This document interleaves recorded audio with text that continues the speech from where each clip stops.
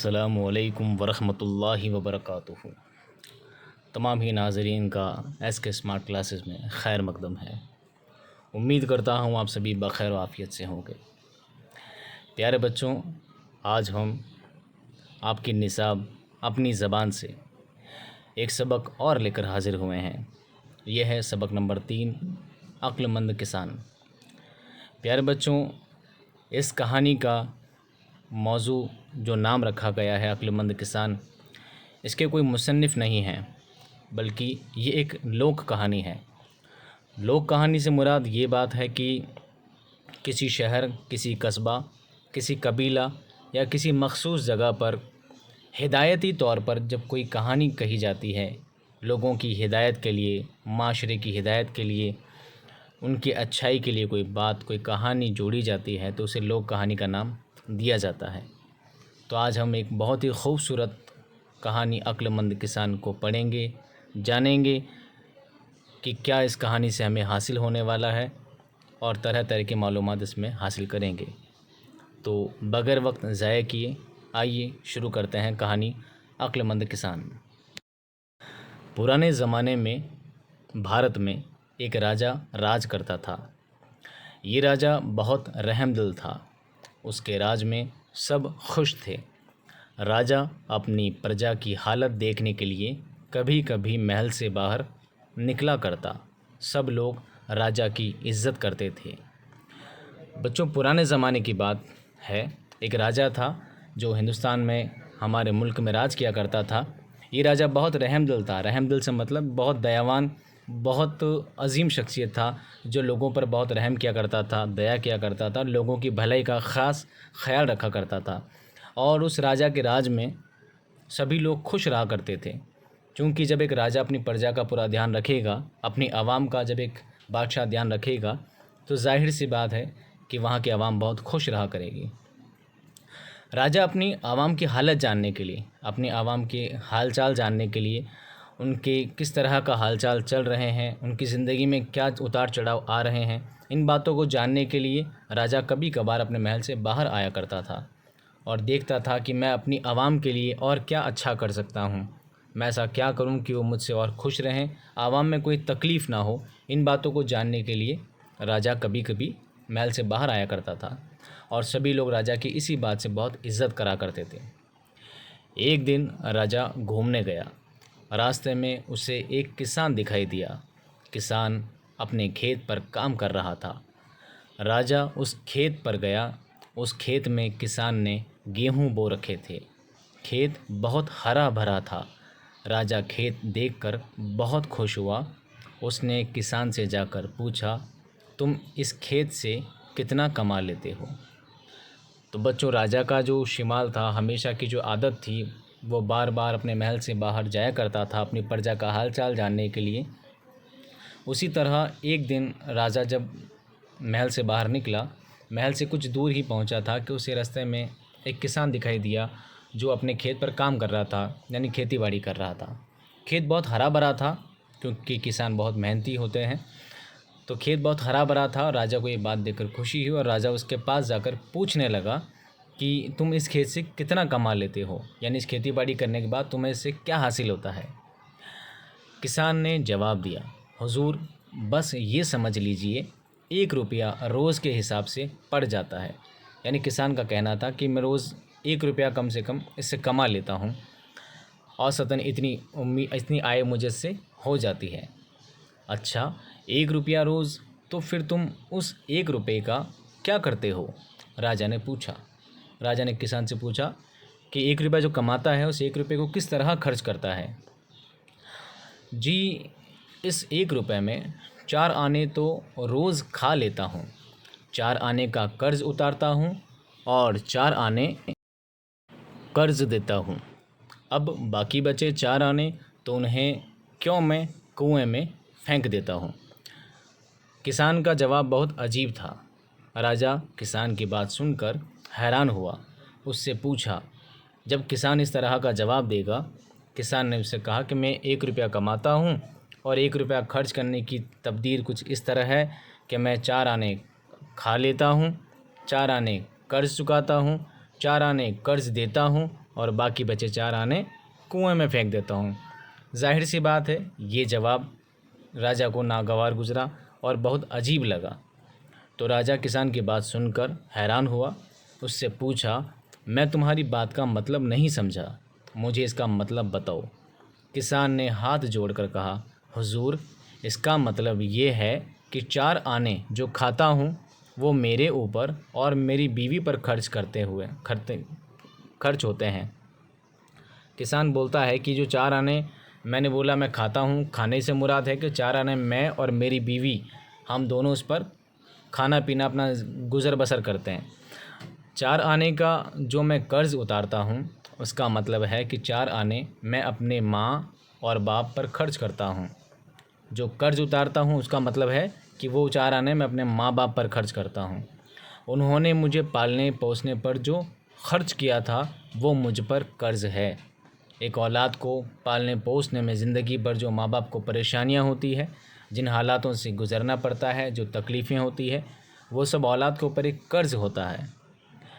आगे कहता है, 4 आने जो कर्ज़ देता हूँ वो मैं अपने बच्चों पर खर्च करता हूँ ताकि जब बूढ़ा हो जाऊँ तो वो मेरी खिदमत कर सके। इस कर्ज़ से ये मुराद है कि जब हम किसी को कर्ज़ देते हैं इस उम्मीद के साथ कि हमें हमारा कर्ज़ वापस लौटा दिया जाएगा।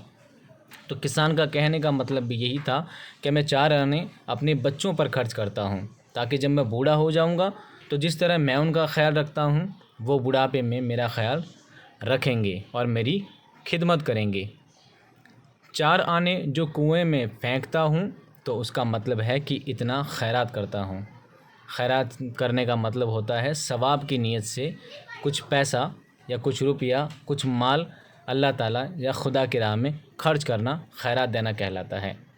खर्च करने से मुराद किसी फ़कीर, गरीब, मिस्कीन या यतीम को पैसे देना, उसकी मदद करना खैरात कहलाता है। राजा ये जवाब सुनकर बहुत खुश हुआ। उसने किसान को इनाम दिया और कहा, देखो, जब तक तुम मेरा मुंह 100 बार ना देख लो इस बात को किसी को ना बताना।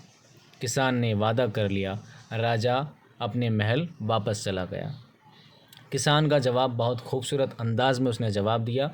राजा को ये जवाब सुनकर बहुत खुशी हुई और राजा ने बोला कि जब तक मैं तुम्हें इजाज़त ना दूं, जब तक तुम 100 बार मेरा चेहरा वापस ना देख लो, तब तक तुम ये राज किसी को ना बताना कि तुम इस 1 रुपए को किस तरह खर्च करते हो।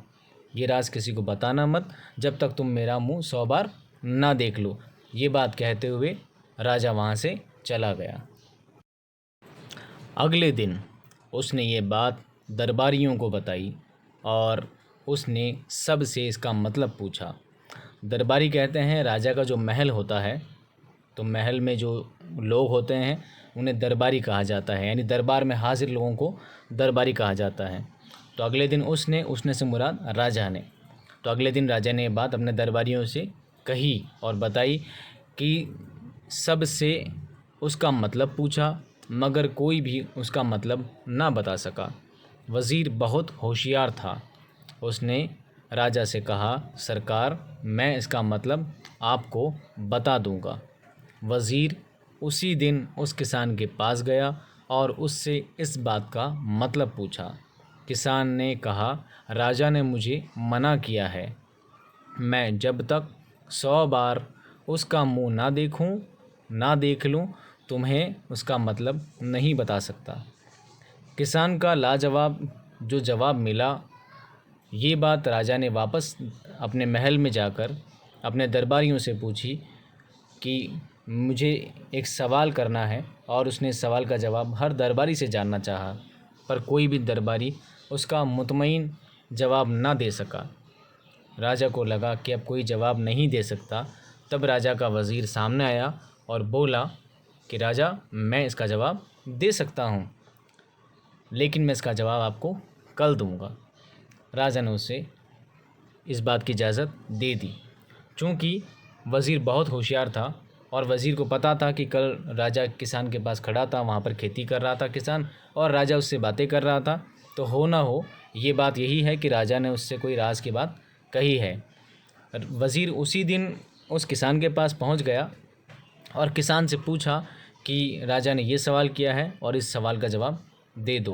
पर किसान ने मना कर दिया कि मैंने राजा से वादा किया है कि जब तक राजा का 100 बार मुंह ना देख लूं तब तक मैं ये जवाब किसी को ना बताऊंगा। राजा ने मुझसे ये वादा लिया है।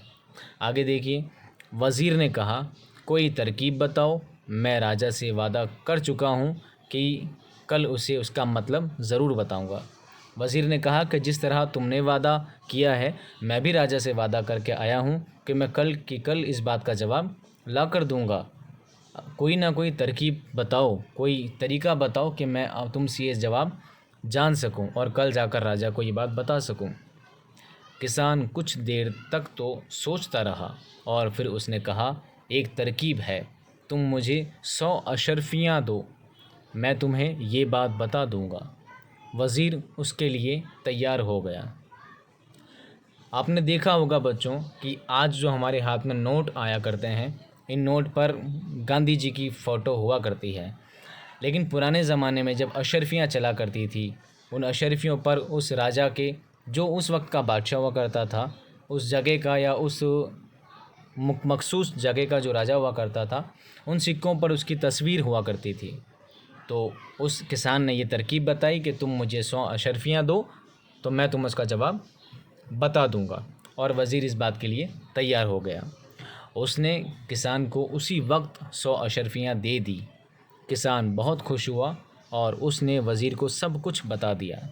100 अशर्फियाँ पाने के बाद किसान ने सब कुछ बता दिया, क्योंकि उसका वादा पूरा हो चुका था, क्योंकि उस 100 अशर्फियों पर राजा की तस्वीर फ़ोटो छपी हुई थी। अगले दिन दरबार में राजा ने वज़ीर से किसान की बात का मतलब पूछा, तो वज़ीर ने किसान की बात का ठीक ठीक मतलब बता दिया। अगले दिन जब राजा का दरबार लगा तो किसान की बात का जवाब वज़ीर ने सही सही बता दिया। राजा को किसान पर बहुत गुस्सा आया। राजा को क्यों गुस्सा आया? क्योंकि राजा ने किसान से वादा लिया था कि जब तक वो उसका चेहरा 100 बार ना देख ले तब तक वो किसी को ये राज ना बताए। पर जब वज़ीर ने इस बात का जवाब ठीक ठीक बता दिया तो जाहिर सी बात है राजा को गुस्सा आना ही था। उसने फ़ौरन सिपाही भेजकर किसान को दरबार में बुला भेजा। अपने सिपाहियों से कहा, जाओ और उस किसान को बुला लाओ। किसान दरबार में आया तो राजा ने कहा, तुमने हमसे वादा किया था कि किसी को अपनी बात का मतलब नहीं बताओगे, लेकिन तुमने वज़ीर को सब कुछ बता दिया। तुमने वादा खिलाफ़ी क्यों की? बच्चों, वादा खिलाफ़ी का मतलब होता है वादे से मुकर जाना। जो बात या जो कसम, जो अहद तय हुआ है, उस अहद से मुकर जाना, वो अहद पूरा ना करना वादा खिलाफ़ी कहलाता है। तो ये बात राजा को नागवार गुजरी। राजा को इस बात पर गुस्सा आया और राजा ने किसान को बोला कि तुमने वादा खिलाफ़ी की है। जो अहद, जो वादा तुमने हमसे लिया था, तुम उस वादे पर पूरा खरे खरे नहीं उतरे, बल्कि तुमने वादा तोड़ दिया। किसान ने कहा, सरकार, आपसे वादा किया था कि जब तक मैं आपका मुंह 100 मरतबा ना देख लूं, उस राज को किसी से न बताऊं। हाँ ठीक है, मगर तुमने एक मरतबा भी मेरा मुंह नहीं देखा। नहीं सरकार, मेरे पास 100 अशर्फियाँ हैं, उन पर आपकी तस्वीर बनी है। मैंने 100 अशर्फियों को देखकर ही ये बात बताई है। किसान ने अपने जवाब में वापस बोला कि मैं 100 अशर्फियों पर आपकी शक्ल, आपका चेहरा देखकर ही ये बात बताई थी। राजा किसान की अक्लमंदी पर बहुत खुश हुआ और उसने उसे 100 अशर्फियाँ और इनाम में दी। किसान खुश खुश राजा को दुआएं देता हुआ अपने घर चला गया। किसान ने एक बार पहले भी राजा को बहुत खूबसूरत अंदाज में इस बात का जवाब दिया था कि मैं पैसे किस तरह खर्च करता हूँ, और आज दोबारा किसान ने एक और नई तरीके से अपने जवाब को फिर पेश किया कि 100 अशर्फियों पर मैंने राजा का चेहरा देखा, उसके बाद ये बात बताई है। राजा को पता लग गया कि ये किसान बहुत अक्लमंद है। उसकी इसी अक्लमंदी पर खुश होकर राजा ने उसे 100 अशर्फियाँ और इनाम में दी और किसान खुश होकर अपने घर चला गया और राजा को दुआएं देता रहा। तो प्यारे बच्चों, इस कहानी से हमें ये नसीहत मिलती है कि हमें फ़िज़ूल खर्च नहीं करना चाहिए। अपने पैसों को किस तरह और कहाँ पर किस तरह खर्च करना चाहिए, ये बात हमें इस कहानी से जानने को मिली है। और दूसरी बात, अक्लमंदी इंसान को हमेशा मुफाद देती है, हमेशा फ़ायदा पहुंचाती है। बेवकूफ़ी इंसान को हमेशा धोखा देती है और नुकसान में और ख़सारे में डालती है। प्यारे बच्चों, उम्मीद करता हूँ ये सबक आपको बहुत अच्छी तरह से समझ में आया होगा और ये कहानी आपको बहुत पसंद आई होगी। मिलते हैं अगली क्लास में, तब तक अपना ख्याल रखिए, बख़ैर आफ़ियत से रहिए। खुदा हाफ़िज़।